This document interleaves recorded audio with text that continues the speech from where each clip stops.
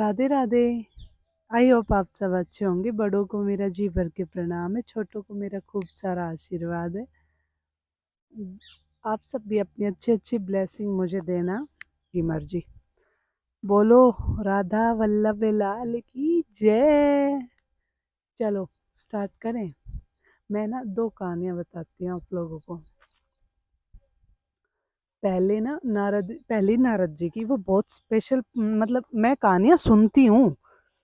जो लोग होते हैं ना, कृष्ण भक्त, राधा भक्त या फिर शिव भक्त, उनके पास बैठ जाती हूँ। फिर मैं बोलती हूँ कोई कहानी सुना दो, तो वो सुना देते हैं। तो मुझे बड़ा मज़ा आता है कहानी सुनने में।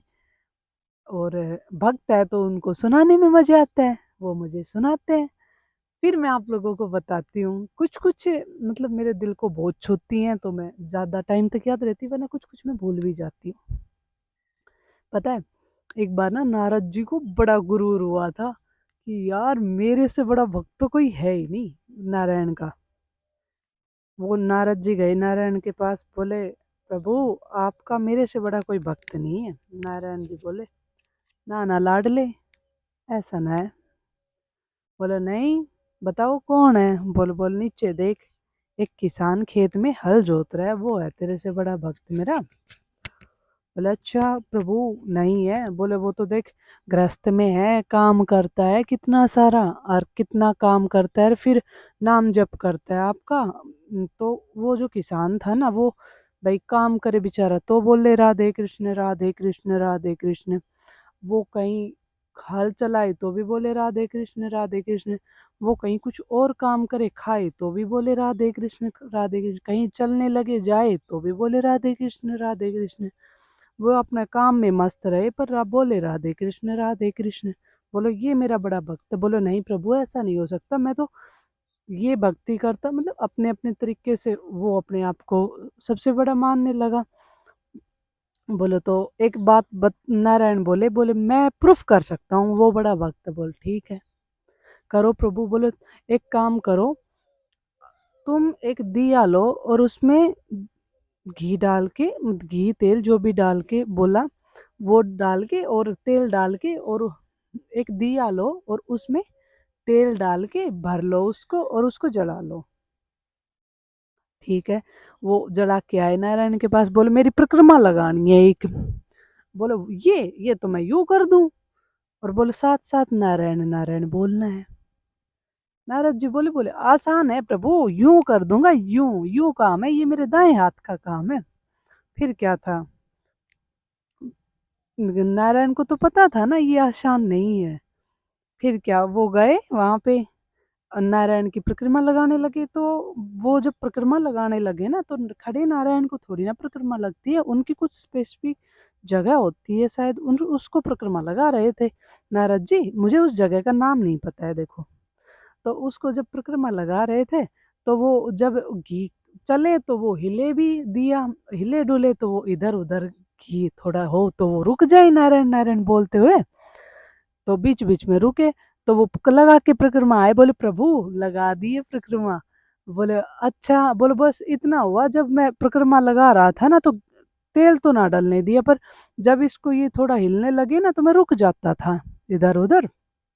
बोला अच्छा। और बोल जो नीचे है ना वो हड़ जोत रहा है, वो है ना राधे कृष्ण राधे कृष्ण बोलते चले जाता है, वो नहीं रुकता है। चाहे उसका सही जाए या गलत जाए, वो सिर्फ अपना काम कर रहा है, राधे कृष्ण बोलते बोलते। तो सबसे बड़ा भक्त फिर बोले नारद जी को, बोले नारायण बोले सबसे बड़ा भक्त कौन हुआ नारद जी। नारद जी बोले किसान हुआ। तो इससे ना एक बात समझ में आती है कि अपने आप में गरूर नहीं रखना चाहिए कि हम ही सबसे बड़े हैं। ये सच्चाई नहीं है। हमसे भी बेहतर कोई और कर रहा है, और उनसे भी बेहतर कोई और कर रहा है, हर जगह मिलेगा। दूसरी बात बताती हूँ आपको। एक संत महाराज जी थे, तो ना उनके 2 चेले थे। ये दोनों कहानी मुझे एक ही इंसान ने सुनाई थी। उनके 2 चेले थे, तो दोनों चेलों को ना संत महाराज जी ने बोला था कि स्त्री को स्पर्श नहीं करना है तुम्हें। तो एक बार ना दोनों चेले कुछ लेके नदी पार करने के लिए आ रहे थे, तो वहाँ पे पीछे एक स्त्री आ गई। वो बोली कि देखो मैं तो मेरे कपड़े भीग जाएँगे और नदी में जाऊँगी तो आप लोग मुझे नदी पार करवा दो।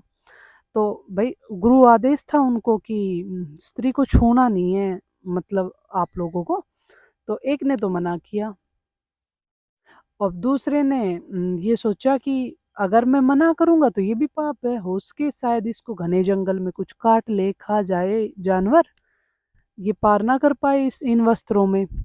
उसने बेचारे ने अपने कंधे पे बैठा ली, बोल चलो देवी हम आपको पार करवाते हैं। अब दूसरा बोले तेरी ना गुरुजी से बोल लूँगा, तूने स्त्री को छुआ है, उन उस मतलब गुरु आज्ञा का पालन नहीं किया, मैं गुरुजी से जाते ही बोल लूँगा।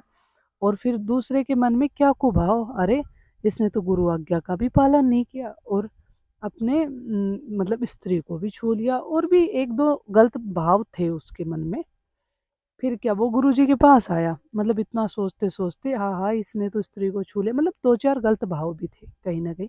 और गुरुदेव तो गुरुदेव होते हैं, उनको सब पता होता है कि मेरा बच्चा कितना सोच रहा है और कितना सोच पाएगा। उन्होंने क्या किया वो जो दूसरा वाला था उसने आते ही अपने गुरुदेव को, गुरुदेव आज इसने एक स्त्री को छुआ। बोला अच्छा क्या हुआ? बोले ऐसे बैठाया, ऐसे इतनी दूर तक पार करवाया उसको, फिर उतार दिया, फिर 1-2 चीज़ें और बताई, गुरुदेव इसने ये किया मतलब ऐसे पकड़ा, ऐसे बिठाया फिर बोले अच्छा, वो बोले हाँ गुरुदेव, दूसरा बोले हाँ गुरुदेव क्षमा करना मैंने ये सोच कर तो उनको छोड़ा नहीं वहाँ पे और ये सोच के मैंने उनको बैठा के उतारा वहीं पे नदी पे। फिर गुरुदेव ने पता है क्या बोला? जो जिनके मन में पाप था उनको बोला कि तुम ना इसने तो उस जगह पे ही स्त्री को छोड़ दिया था नदी को पार करवा के।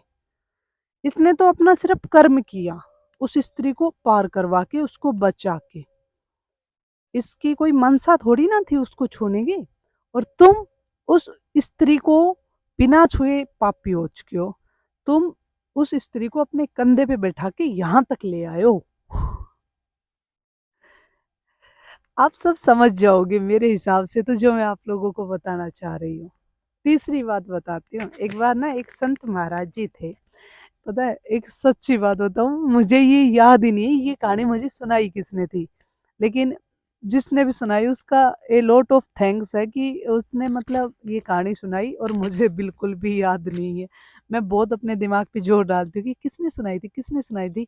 अगर आप देखो तो मुझे ज़रूर कमेंट करना भाई, मुझे याद नहीं है। मुझे इतना पता है कि वो मेरे सब्सक्राइबर में हैं, इतना मुझे आइडिया है कि एक बार एक संत महाराज जी थे, तो ना उनकी कुटिया के सामने एक वेश्या की कुटिया थी।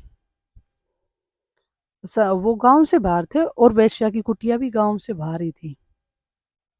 तो संत बाबा अपने नित्य नियम से पाठ पूजा करते, माला जपते और रोज ध्यान रखते कि यहाँ पे इतने लोग आ रहे हैं और मतलब उसके नाम की जितने लोग आते उनके नाम की डली उठाते ऐसे मिट्टी की और एक जगह इकट्ठा करते जाते, एक जगह इकट्ठा कर जाते महाराज जी।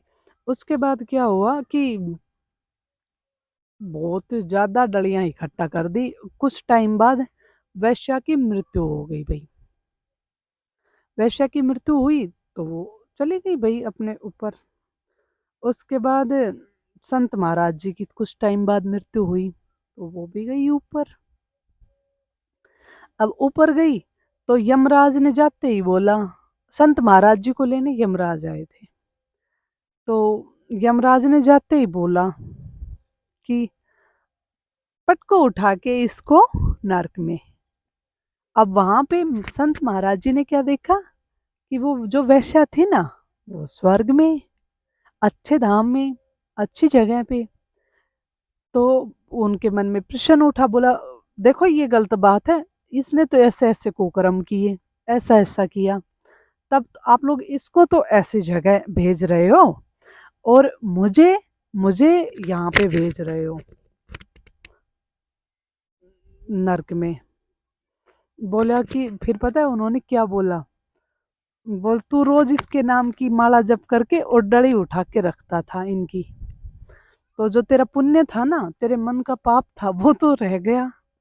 इनके जो पाप कर्म थे ना वो लागू तुझे हो गए, और जो तेरा पुण्य का हिस्सा था ना वो इनको गया। तो ना एक सच्ची बात है कि दूसरों के लिए कभी कुछ ऐसा मत बोलो कि आपके द्वारा किए गए आपके पुण्य भी नष्ट हो जाएं। मत बोलो। क्या हुआ? लाओ, आओ। मेड बाय पूर्वी सिंह। आजा। ये है पूर्वी सिंह, जिसने ये कान्हा जी की, सुंदर है वैसे, प्यारी बनाई। Okay, thank you.